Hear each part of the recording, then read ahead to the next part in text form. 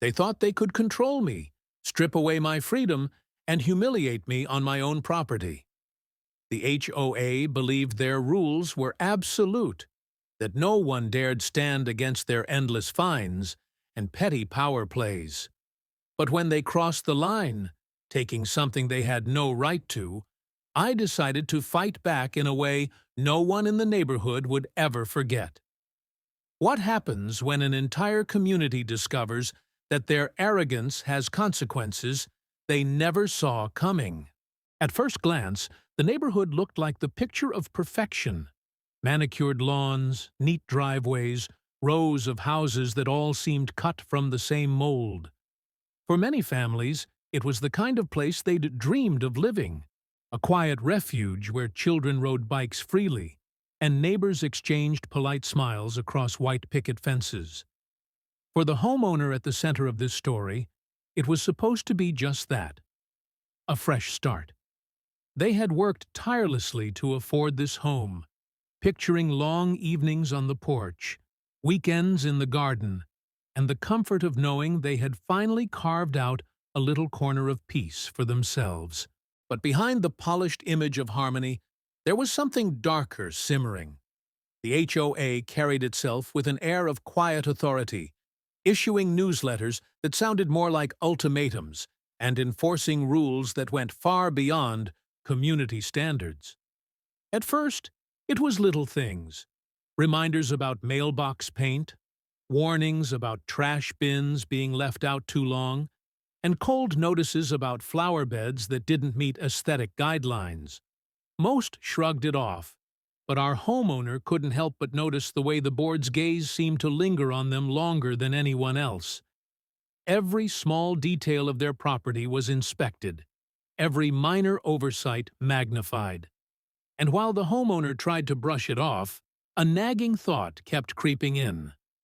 Why did it feel like they were being singled out?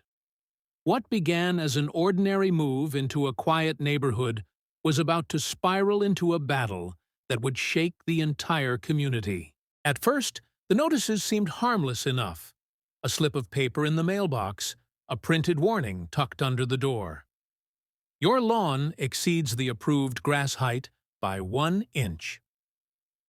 Or, decorative garden features must be removed unless pre-approved. Most people would sigh, maybe roll their eyes, and comply. But the sheer frequency of the warnings made it clear. This wasn't about grass or flowers. The HOA had singled out the homeowner, and now they were circling like vultures. Within weeks, the warnings turned into fines. $50 for the unapproved color of the shutters. $100 for a garden hose left coiled against the side of the house.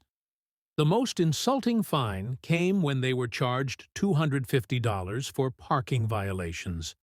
Their own car, parked in their own driveway, slightly crooked on the edge of a line that didn't even exist. It would have been laughable if it weren't so costly. The homeowner tried to stay calm. They approached the HOA board politely, requesting clarification, asking to see the rulebook. What they got in return was a cold smile and vague statements about community aesthetics and compliance obligations. The message was clear. We make the rules. You follow them. And if you resist, we'll crush you. The neighbors started noticing. Some whispered in sympathy, but most avoided eye contact, as if even acknowledging the unfair treatment might bring the board's wrath onto them. This isolation was deliberate.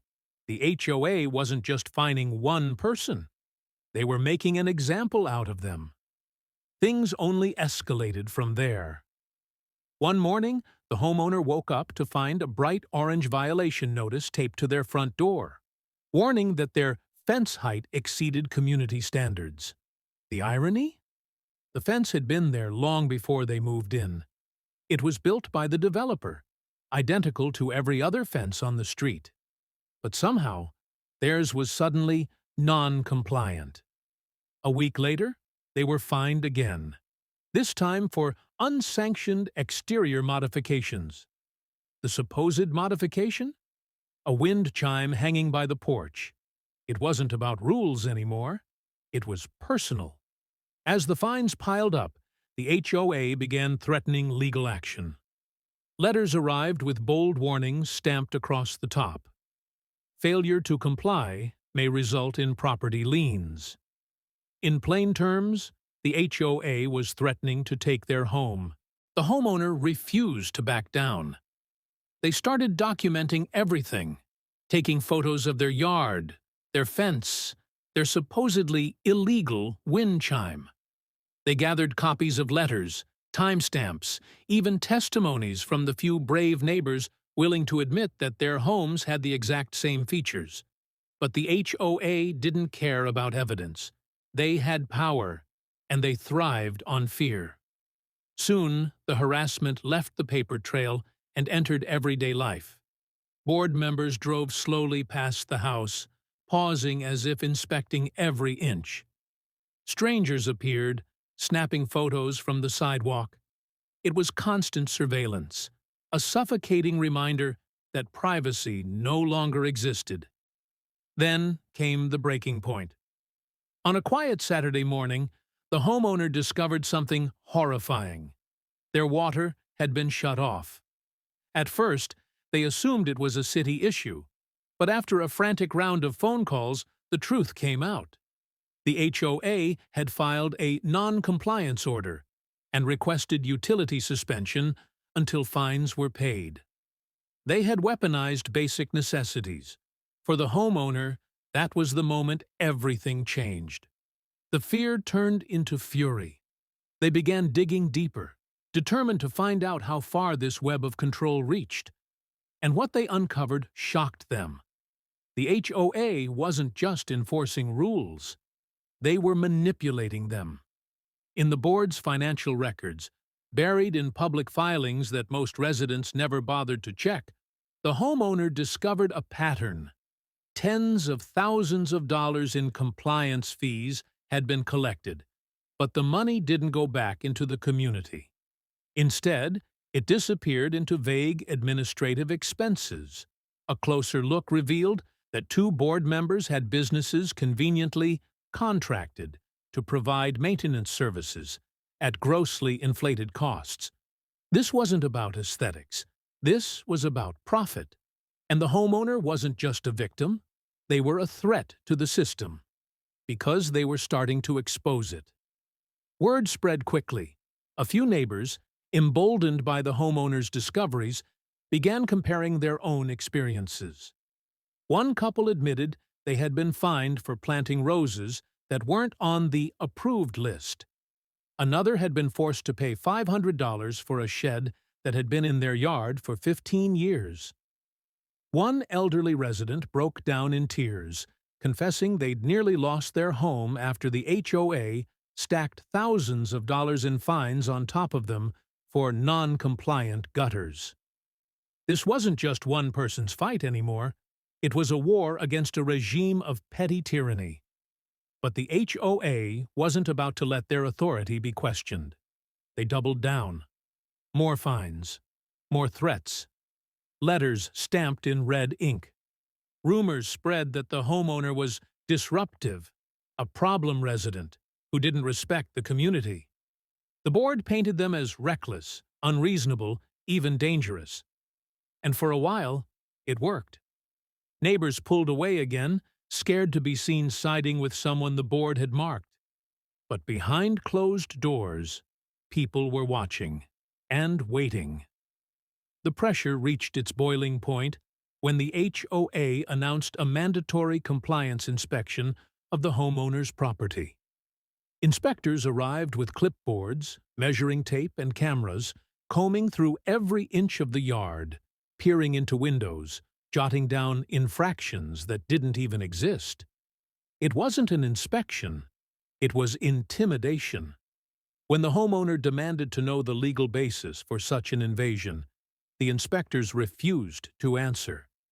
They simply handed over another violation notice and walked away.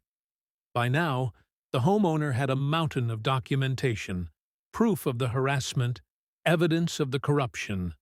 but the question hung heavy in the air. Would it be enough to stop them? The HOA had money, lawyers, and power. The homeowner had determination, evidence, and a growing sense of desperation. Every move felt like a high-stakes gamble, every decision carrying the risk of losing everything they had worked for. And yet, beneath the fear, one thought burned brighter than ever. If the HOA wanted a fight, they were going to get one. The stage was set for a confrontation that would leave the entire neighborhood reeling. The day of reckoning came under the bright glare of a summer sun, at the community's monthly HOA meeting. What should have been a dull gathering of neighbors in folding chairs quickly transformed into a stage for the ultimate showdown. The homeowner walked in carrying a thick binder, swollen with papers, photos, and records. For weeks, they had prepared for this moment, gathering every shred of evidence, every invoice, every contradiction buried in the HOA's carefully hidden dealings. But as they entered the room, the atmosphere was suffocating. The board sat at the front like royalty, smug behind their long table, their expressions carved in stone. The president, in particular, looked gleeful. He tapped a stack of documents of his own, ready to declare the homeowner delinquent, a repeat violator, and, by their wording, unfit to remain in the neighborhood. Neighbors shuffled in their seats, whispering nervously. Many had heard fragments of the dispute, but never the full story. And the board had worked hard to control the narrative, painting the homeowner as stubborn, disruptive, unwilling to follow simple rules. When the president finally called the meeting to order, he wasted no time. His voice rang out, dripping with authority, as he listed every alleged violation: the fence, the wind chime, the lawn, the parked car. Each one was punctuated with exaggerated sighs, as though dealing with this homeowner was a burden he had nobly endured. Then, with a theatrical pause, he revealed the board's decision: an immediate property lion. Failure to pay their escalating fines would result in foreclosure proceedings. Gasps filled the room. For a moment, it seemed like the board had won. Their plan was unfolding perfectly: public humiliation, followed by financial ruin. But then the homeowner stood. Their voice, steady but burning with emotion, cut through the silence. They didn't start with outrage. They didn't shout. Instead, they opened their binder and calmly read aloud copies of the HOA's bylaws, proof that the supposed violations were not, in fact, violations at all. Photographs showing identical fences, matching wind chimes, the same infractions scattered across the neighborhood, none of which had ever been fined. The president's smugness faltered. But the homeowner wasn't finished. They pulled out the financial records, the ones buried deep in the county's filings, and began to read line by line. Thousands of dollars funneled to shell companies connected to board members. Inflated maintenance contracts that lined their pockets while residents struggled. It wasn't just harassment. It was theft. The room shifted. The murmurs grew louder. Neighbors leaned forward, some whispering in disbelief, others nodding, finally seeing what they had long suspected, but never dared say aloud. And then came the final blow. The homeowner revealed they had already taken the evidence to the state attorney general's office. A formal investigation had been opened into the HOA's financial practices. Not only could the board face removal, but they could also face criminal charges. The president's face turned crimson, his composure cracking. He tried to dismiss it, to laugh it off, to call the homeowner misinformed. But the binder in the homeowner's hands was undeniable, the weight of truth too heavy to brush aside. By the time the homeowner finished speaking, the room was no longer the board's domain. Neighbors were on their feet, shouting questions, demanding answers, furious that they had been deceived for so long. The once untouchable board sat trapped, cornered in the very meeting where they had hoped to destroy one person's reputation. The power dynamic had flipped completely. And in that charged moment, as the HOA president stammered excuses no one believed, the homeowner closed their binder with a single deliberate motion. They looked directly at the board, their voice sharp and unwavering. "You tried to take my home.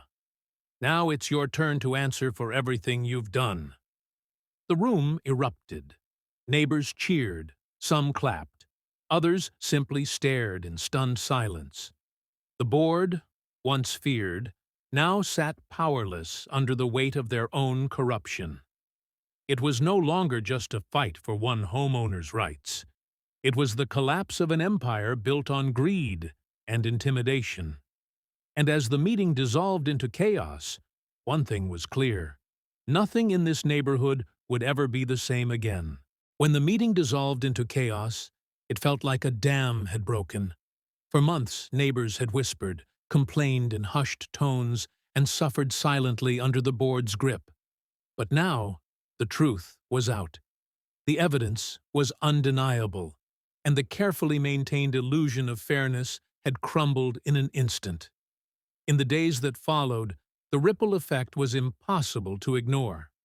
Neighbors who once avoided the homeowner now knocked on their door, offering quiet thanks or sharing their own stories of harassment. Some brought copies of their own violation notices, eager to compare notes. What had once been a divided, fearful community was slowly transforming into something new, united in outrage. The HOA board tried to recover. They sent out a letter dripping with condescension, dismissing the accusations as misunderstandings and misrepresentations. But their words rang hollow. Residents had seen the binder, heard the records read aloud, and witnessed the board's frantic attempts to deflect. Trust was gone, and without trust, the HOA had nothing left to stand on. Within 2 weeks, a petition circulated calling for a vote of no confidence. The signatures piled up faster than anyone expected. Families who had once stayed silent now signed eagerly, some adding notes of frustration and anger. When the vote was finally tallied, it wasn't even close. The board was ousted, stripped of the power they had wielded so ruthlessly. For the homeowner, it was a vindication sweeter than anything money could buy. But the victory didn't stop there.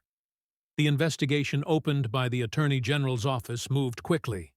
Financial records were subpoenaed, bank accounts examined, contracts pulled apart line by line. The 2 board members who had siphoned money into their own companies were charged with fraud and embezzlement. One resigned in disgrace before the trial. The other was led out of his home in handcuffs. A sight neighbors would never forget. The community watched as the once feared leaders of their neighborhood faced the very consequences they had threatened others with for years. And for the first time in a long time, residents began to feel free. But freedom had its own challenges. Without the old board, the HOA had to rebuild. A new committee formed, this time composed of residents who had been victims themselves. Their first act was simple but symbolic. Every outstanding fine was wiped clean. Notices were rescinded. Property liens were canceled. What had once been tools of intimidation were now acknowledged for what they truly were: weapons of abuse. The homeowner was asked to join the new board. At first, they hesitated. After all, they had just endured months of harassment at the hands of people in that very position. But eventually, they agreed, not out of ambition, but out of a determination to make sure what happened to them would never happen again. Their approach was radically different. Meetings became open forums where residents could speak freely. Rules were simplified, focused only on safety and genuine community upkeep.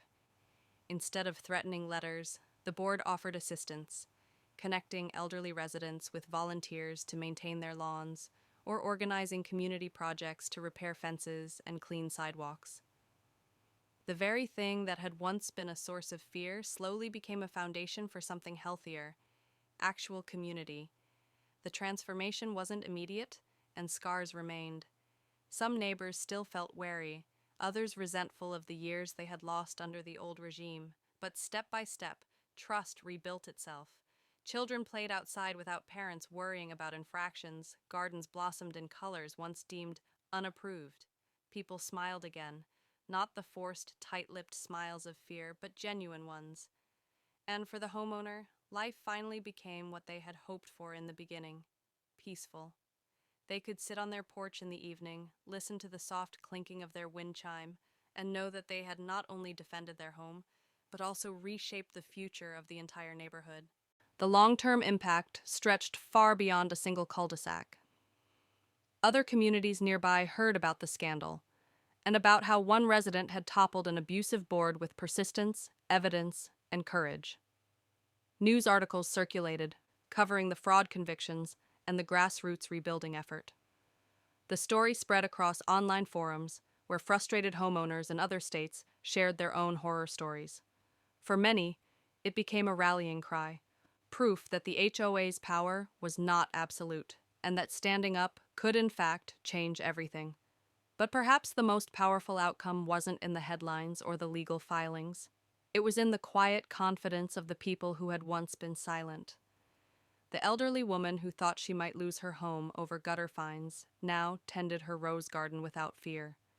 The family who had paid hundreds in parking violations finally used their driveway without worrying about punishment. And children who had grown up watching their parents tiptoe around the board's tyranny now saw firsthand what it looked like to fight back and win. For the homeowner, one question lingered. If it hadn't been them, would anyone else have stood up? Or would the abuse have continued unchecked, crushing one family after another until no one dared resist? It was a sobering thought, a reminder of how fragile freedom can be when fear takes root. And that's where the true impact of this story lies, not just in one person's victory over an HOA, but in the message it left behind. Power unchecked becomes tyranny, and